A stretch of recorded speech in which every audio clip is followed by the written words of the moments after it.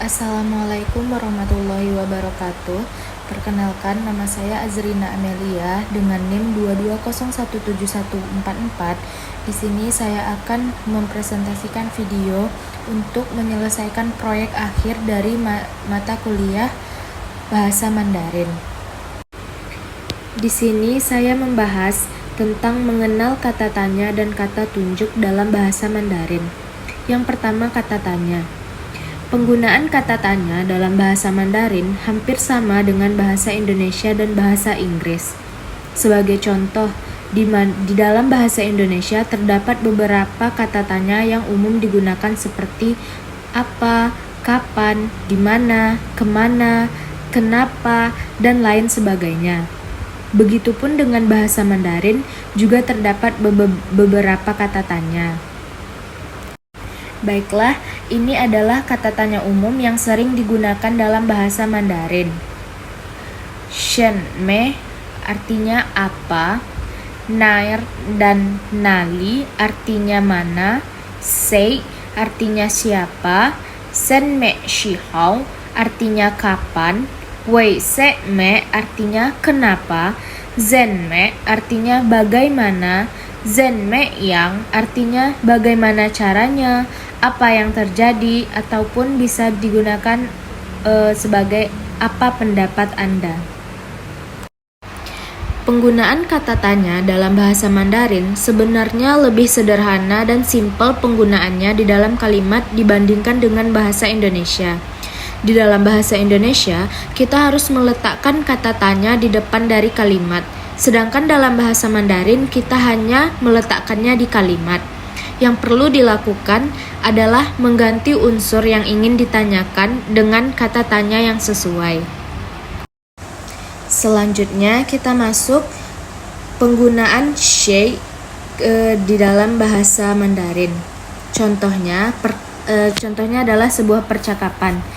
Si A, ni shi shay, yang artinya kamu siapa? Lalu si B menjawab, wo shi ta de pengyou, saya adalah teman dia. Dari percakapan di atas dapat disimpulkan bahwa rumus penggunaan she adalah subjek ditambah she ditambah she atau shui. Setelah yang pertama kata tanya, lalu masuk yang kedua kata tunjuk. Dalam bahasa Mandarin, kata tunjuk terdiri dari dua, yaitu ze dan na, di mana kata ze memiliki pengertian ini dan kata na memiliki pengertian itu. Sebagai kata tunjuk, kata ze dan na digunakan kepada kata benda, entah itu kata benda berbentuk nyata atau yang tidak berbentuk atau abstrak. Ciri khas dari kata tunjuk juga adalah selalu muncul pada awal kalimat dan berfungsi sebagai penanda subjek dalam kalimat. Contoh dari kata tunjuk yang pertama, na shi di de yifu, yang artinya itu adalah baju adik laki-laki saya. Yang kedua, ze shi mama de kin bao, yang artinya ini adalah dompet milik ibu. Yang ketiga, ze shi mei me de zouye, yang artinya ini adalah PR milik adik perempuan saya. Yang keempat, na shi baba de yangjing, yang artinya itu adalah kacamata milik ayah. Yang kelima, ze shi mei me chuan de yifu, yang artinya ini adalah baju yang digunakan oleh adik perempuan saya.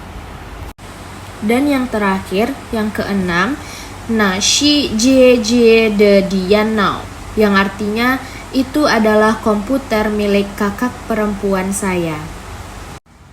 Maka dapat disimpulkan, pada materi ini kita bisa mempelajari kata tanya yang paling sering muncul dalam bahasa Mandarin, yaitu shen me, naar, dan nali, shei, sen me, shi hao, wei she me, zen me, dan kata tunjuk ze dan na, dan mempraktekkannya dalam kehidupan sehari-hari. Selain itu, pada materi ini juga disertakan contoh-contoh penggunaan kata tanya dan kata tunjuk dalam kalimat. Baiklah, sekian presentasi dari saya.